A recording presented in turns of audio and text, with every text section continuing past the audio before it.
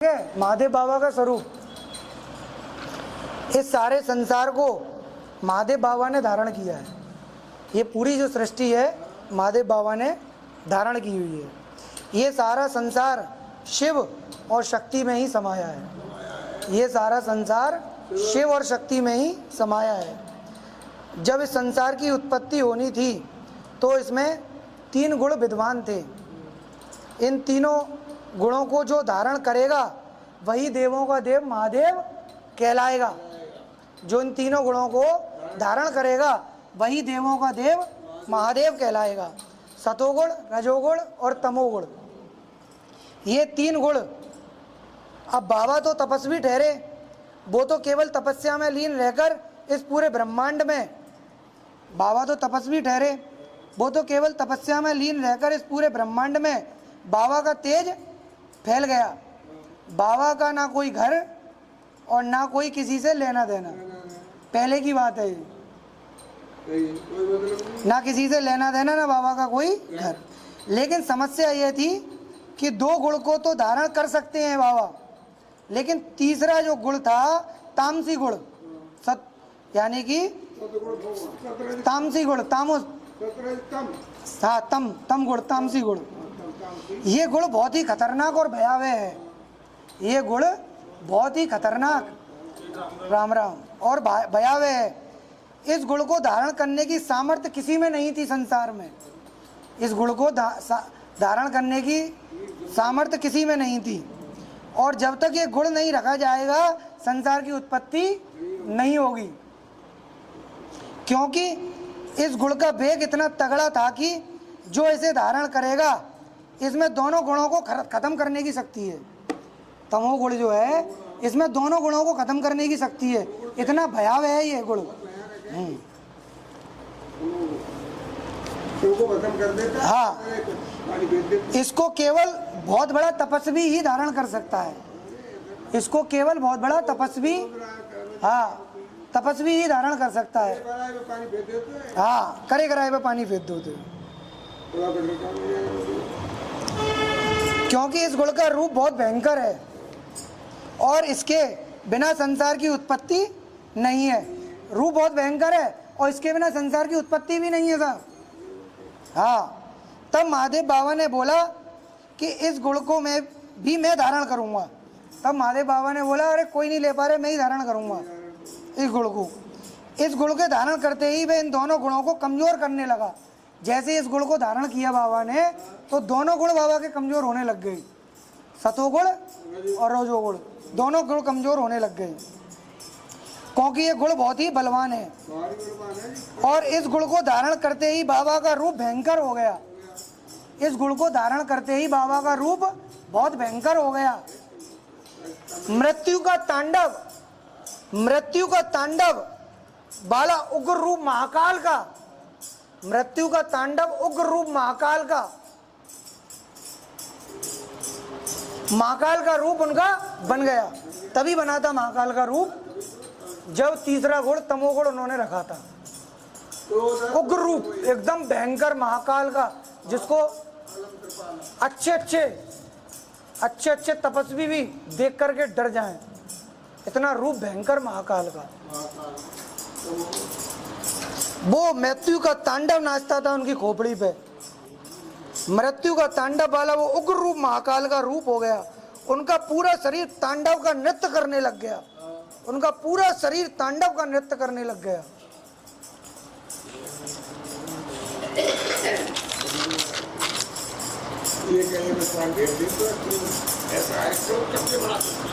तब उनको ठंडा और हल्का करने के लिए, जब उनका मृत्यु का तांडव करने लग गया तो पूरे संसार को भस्म करने चल दिए।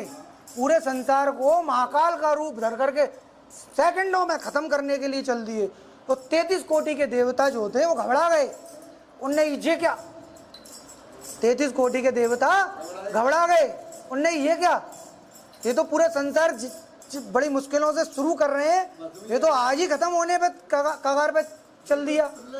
अब महादेव अपने होश में है ही नहीं। कौन अपना है, कौन पराया है, कौन क्या, कुछ सूझ ही नहीं रहा है। केवल उग्र रूप महाकाल का तांडव नृत्य उनके सिर पर नाचने लग गया। अब उनको हल्का और ठंडा करने के लिए दूध से जल से उनका अभिषेक किया गया। इसीलिए दूध से और जल से उनका अभिषेक किया जाता है ठंडा करने के लिए, इसीलिए करते हैं। इसलिए 24 घंटे भी दूध जल चढ़ाओगे तो बाबा कभी मना नहीं करते। रात को 2 बजे जाके भी जल चढ़ा दो, हर हर महादेव, हर हर महादेव। माँ कोई रोकबंदी है ही नहीं, क्योंकि उसको ठंडा करने के लिए, हाँ, ठंडा और हल्का करने के लिए दूध और जल से उनका अभिषेक किया गया। और उनको दूध की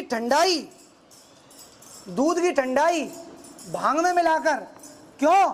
तमोगुणी नशा मांग रहा था। तमोगुणी उस समय नशा मांग रहा था, चिल्ला रहा था, नृत्य कर रहा था तांडव का कि मार दूंगा, पूरा संसार खत्म कर दूंगा। तब उसमें नशा मिलाया गया भांग का कि अभी तो रोको इसको, अभी तो रोको भाई, नहीं तो ये मामला खत्म। इसीलिए भांग की ठंडाई चढ़ती है। भांग की ठंडाई इसलिए चढ़ती है क्योंकि वो तमोगुण अपना तांडव करने लग गया था, वो नशा मांग रहा था।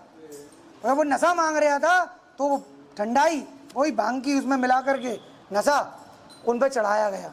उससे वो तमोगुण थोड़ा सा अपने आप में शांत हुआ, क्योंकि उसको नशे को नशा मिल जाता है तो थोड़ी देर अपने हल्कापन आ जाता है।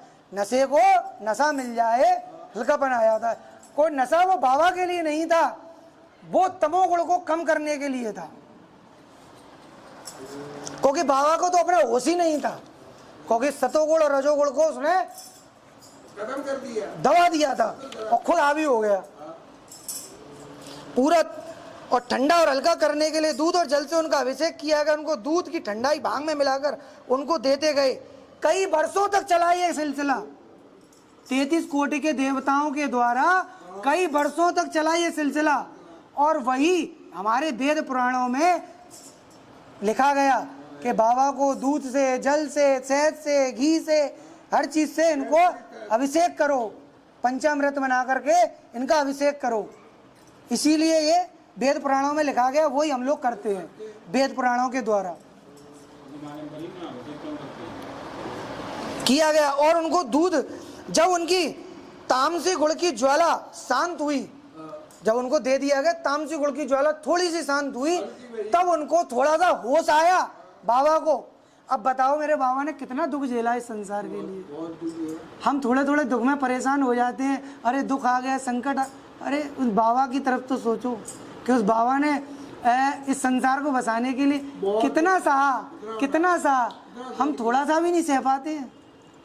नेक दुख आ गया, अरे मर गए कि जी गए, अरे हमारे मुकाबले तो किसी ने दुख, अरे यूँ कहता आदमी, अरे हमारे मुकाबले तो किसी ने दुख झेला ही नहीं। अरे इस बाबा से तो पूछ लो कि इस बाबा ने कितना झेला है। कई वर्षों तक ये सिलसिला चला, बताओ, कई वर्षों तक। जब उनकी तामसी गुड़ की ज्वाला शांत हुई, तब वे कई हजार वर्षों तक किसी से कुछ ना बोले, शांत, किसी से कुछ ना बोले। और वे राम नाम की समाधि में चले गए, राम नाम की समाधि में चले गए। कई हजार बार किसी से कुछ बोल ही नहीं पाए, क्योंकि वो तामसी उनकी खोपड़ी पे सवार हो रहा था, उन्हें कुछ गलत ना हो जाए, शांत है, राम नाम की समाधि में चले गए कि संसार को बसाना है, सृष्टि को बसाना है। केवल यही भाव था। अरे बाबा तुमसे कुछ ले नहीं रहे थे, बाबा का क्या लालच था बताओ? केवल संसार बसाना, यही लालच था, और क्या था? है तो भैया संसार बताया, ये मनुष्य जीवन बहुत बड़ा बढ़िया जीवन है। तुम क्या समझ रहे हो? 83,99,999 योनियों को ये अधिकार नहीं है, ये स्वतंत्रता नहीं है। बाकी ये योनि में ही सबसे बढ़िया योनि है, इससे ही हरि को प्राप्त कर सकते हो और इससे ही वृत्तियों में घुस के कुछ भी कर सकते हो। 83,99,999 योनियों में जब पहुँच जाओगे तो तड़पोगे, रोओगे, चिल्लाओगे और कहोगे हे हरि, इससे मुझे मुक्ति दिला, मुझे मुक्ति दिला, मुझे मुक्ति दिला। लेकिन कोई सुनने वाला नहीं होगा भाई मेरे। और कई हजार वर्षों तक चले गए, किसी से कुछ ना बोले, अपनी राम नाम की समाधि में चले गए, उनको कोई होश नहीं था। वहीं से उन्होंने सारा राम नाम का वृतांत प्राप्त किया, वहीं से उन्होंने सारा राम नाम का वृतांत प्राप्त किया।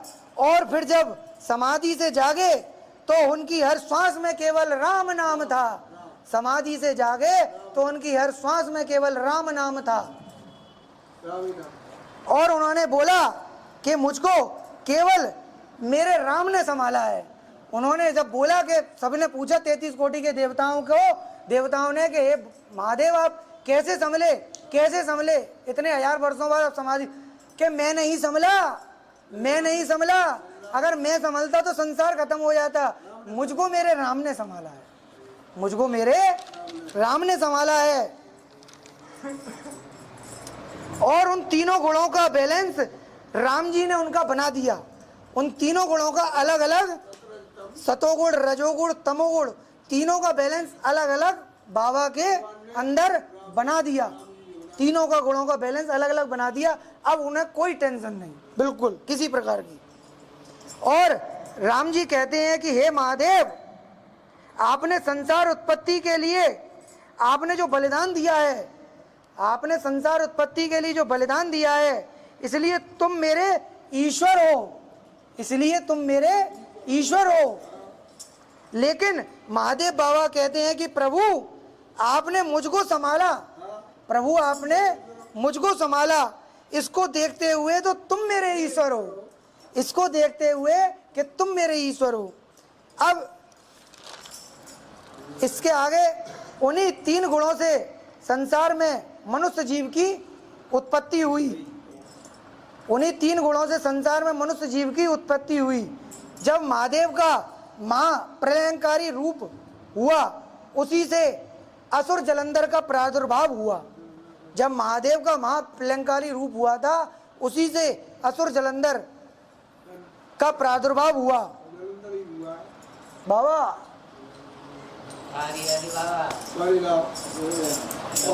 वो महादेव जैसा ही उनके ही भयंकर रूप का प्रलयंकारी जलंधर का जन्म हुआ।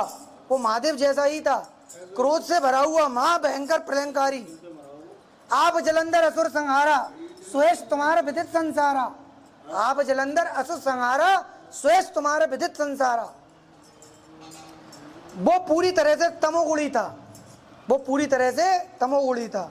उसने अपने बल से सारे संसार को अपने अधीन कर लिया, अपने बल से।